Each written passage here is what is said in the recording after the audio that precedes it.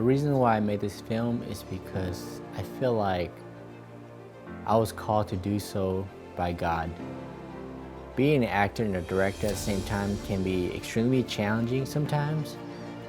For example, sometimes when I'm acting on the set, I don't know what's happening behind the camera, but my team, they do such an excellent job. I really appreciate everything they do for us. Undying Faith is about two friends, Lydia and Joanna, living in an alternative America where America's enemies united under a new flag calling themselves the Red Star Federation. With all the civil unrest in the United States, the Red Star Federation took advantage of this opportunity and launched a full-scale invasion on the U.S. soil. The Red Star Federation embarked on a mission to cleanse the Americans of their rights such as religious freedom. When their faith is discovered, Lydia and Joanna fled into the woods and are eventually captured by an enemy soldier called Altai. Altai is a unique character. He, like most Red Star soldiers, hate America and especially Christians. Altai has developed this hatred for Americans and Christians when the Americans bombed his village, resulting in the death of his sister.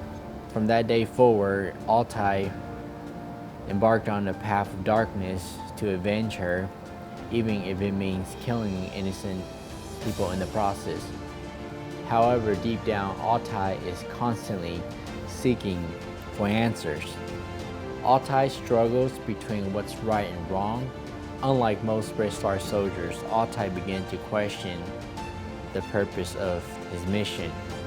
He wants the truth, and that truth is the Word of God. One of the most challenging issues with this film production is COVID-19. Due to COVID-19, we had to push our deadline later for the safety of our team. I really enjoy working with everyone on set. Everyone is so helpful and so friendly. It's almost like a family environment. I really appreciate everyone. The purpose of Undying Faith is to bring awareness to all the Christians that are being persecuted in the world. We are so blessed to live in the United States where we are free to practice our faith without fear of persecution. In many countries, Christians can only practice in secrecy, and when they are discovered, they pay dearly with their lives. I was raised up in a shaman family. I came from a big family, 6 sisters and 3 brothers. We didn't really have a lot when we were young.